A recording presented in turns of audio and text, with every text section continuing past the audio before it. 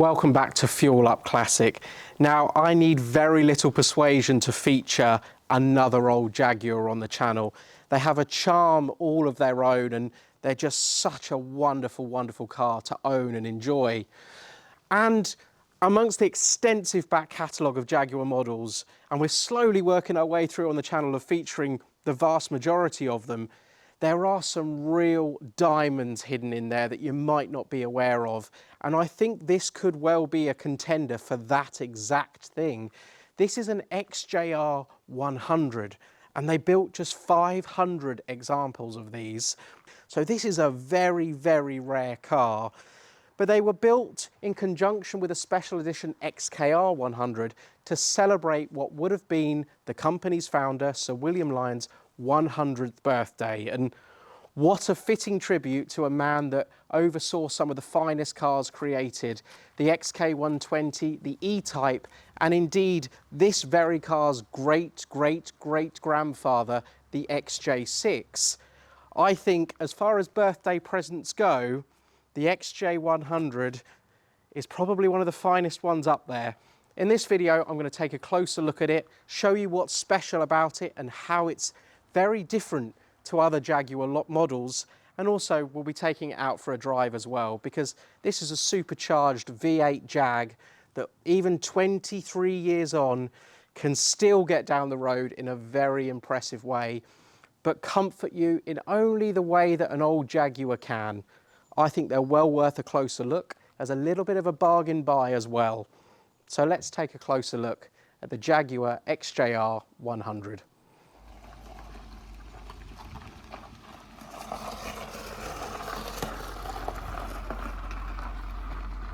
So it's worth pointing out, I think, at this point of the video, that if you are interested in purchasing a Jaguar XJ, an X308 model in particular, I have done an in-depth video before on this model of Jaguar that goes into what to look out for, what to pay, what they're like to live with. So if I can work it out, I'll put a link somewhere on the screen that will take you to that video, because so much what is within that video is very relevant if you're also tempted at buying an XJR as well. So hopefully between these two videos, you can really educate yourself and help find yourself a really great example that you can use and enjoy. But let's get on to the matter at hand. This is an XJR 100. There are a number of subtle differences throughout this car that really put it apart from a standard supercharged Jaguar XJ. Let's have a good look round it, and we'll start with the business end of things.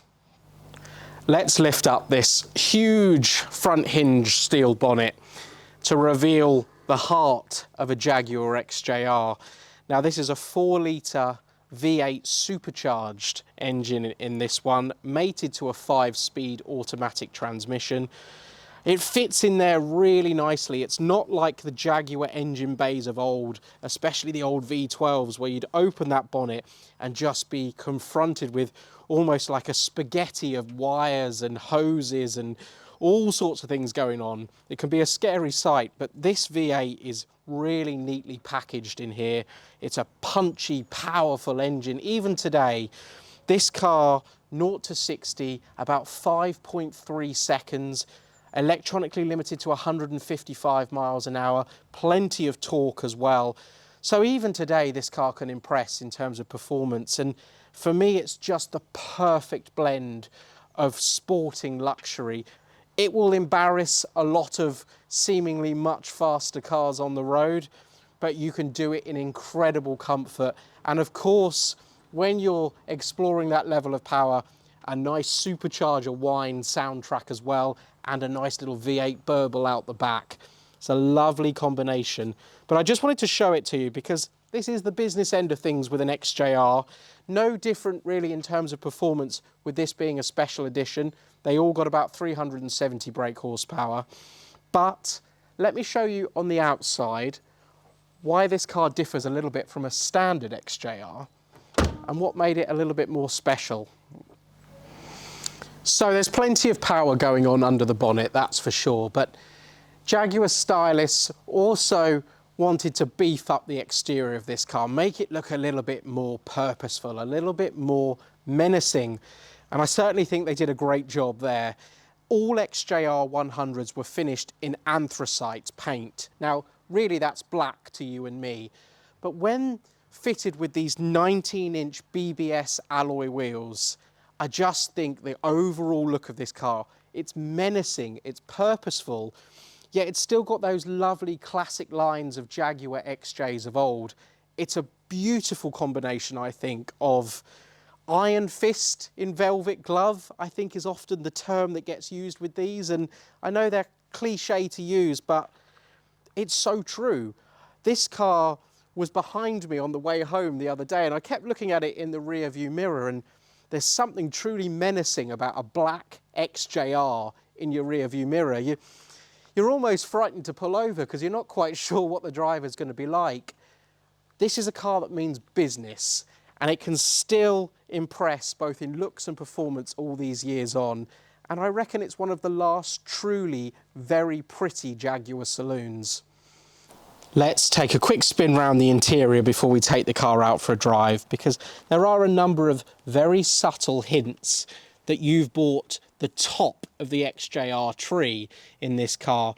And by that I mean, yes, it's very Jaguarish. There's plenty of wood, and this one it's bird's eye maple, plenty of leather throughout. Everything you touch is sort of soft touch and just a nice place to be. But they've also gone a little bit further. You'll notice if you look very closely on things like the steering wheel, our performance steering wheel, sports gear knob on this, red stitching throughout the cabin, and of course little chrome accents all the way through. So around the gear surround, around the speakers, the door handles, just very minor things that all add up to making this cabin a cut above a normal Jaguar XJ. And of course, whenever you open the doors, you are greeted to these unique XJR 100 tread plates, they're front and rear, and the seats themselves, well, I'll get onto that when we take it out for a drive, but they are, as you should probably know at this point, some of the most comfortable seats ever made, and they're heated throughout, front and back. And I think there's something like 12-way adjustable, so it's very easy to get incredibly comfortable in this car. So let's do exactly that. Let's take it out for a drive, and I'll talk about what it's like all these years on to be behind the wheel of an XJR 100.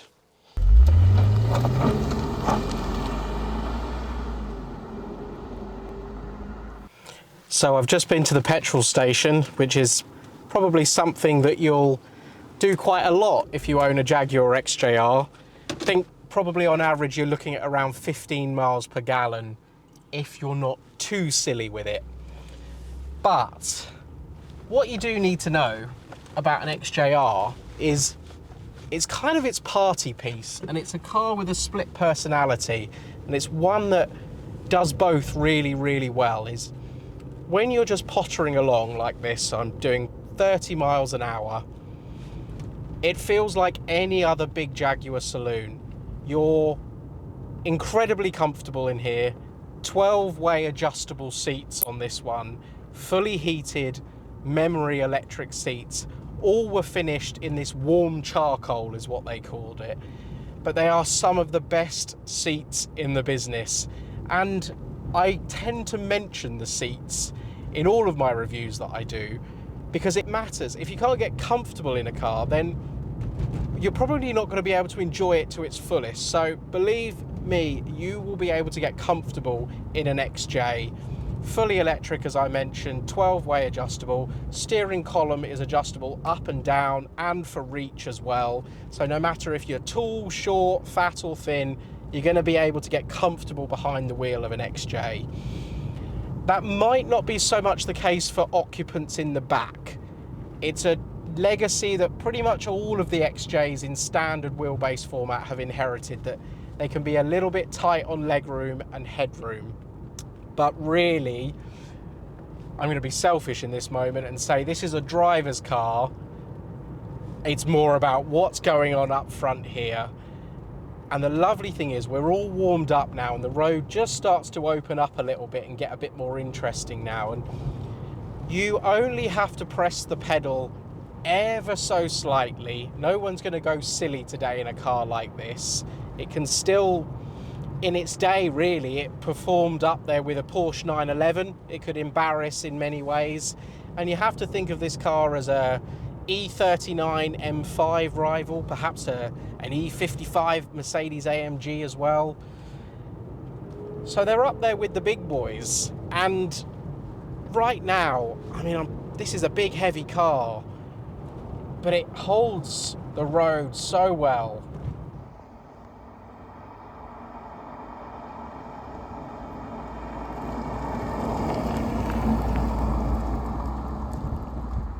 And if you just, oh, that's a nice thing to experience. Believe me, it easily gets you up to more than the speed that you should be going very, very quickly. And I mean, that was just the lightest tap of the pedal. I hope you picked up on the supercharger whine as well, because that can be quite addictive. It fills the cabin. It's unique to a supercharged engine, of course, and you've got power on tap. There's no waiting for turbos to spule up or anything like that.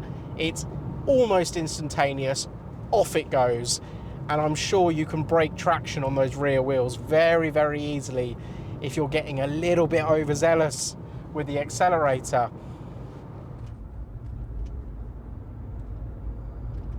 But what's it like to drive down a B road? Because it's a big car. It probably, I'm going to try and remember what it weighs, something like 1,750 kilos. That sounds about right, because this is the last steel-bodied XJ. After that, they all became aluminium.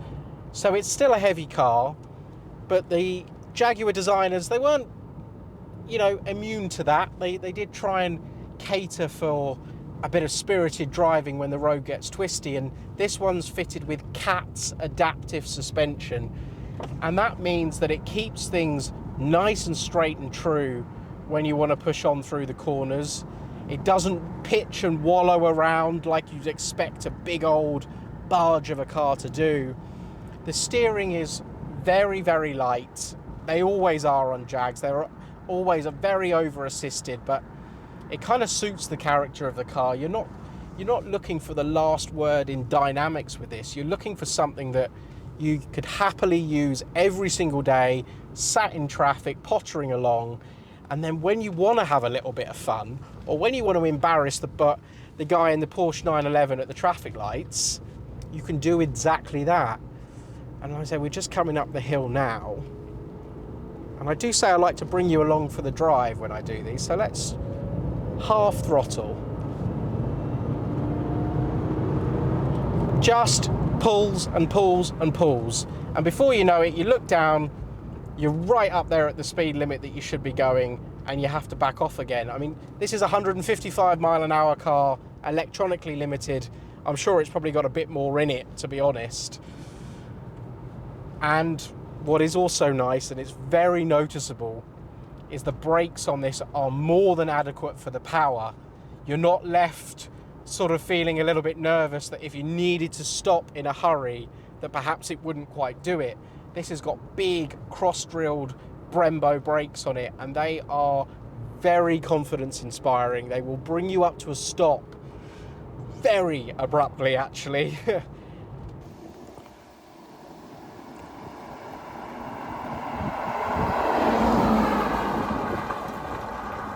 So let's talk about the difficult bit. And as always, I mean money. What's it going to cost you to get behind the wheel of a Jaguar XJR 100? Well, the first obstacle you're going to face is finding one.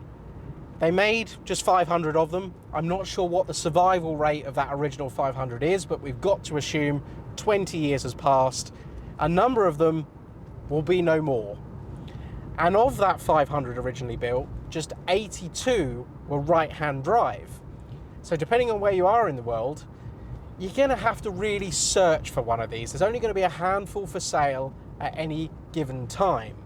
And that means that it's very hard to value one of these. But it seems to be, here in the UK right now, anything between £10,000 and £20,000, and I know that's a huge difference between the two, but that seems to be where they sit. 10,000 being a high mileage, perhaps slightly ropey example. Teens, mid-teens for one that's like this, properly looked after. This one's been recently recommissioned after a good few years off the road. So it's had some money spent on it in the right places. It's solid in all the right places, which is very important. Rust is a killer for Jaguars of this era. And then £20,000 is probably going to get you a real concourse enthusiast car. Now that probably on average is about 100% more than what a standard Jaguar XJR costs. So you are going to pay the premium to have Sir William Lyons' 100th birthday present on your driveway, that's for sure.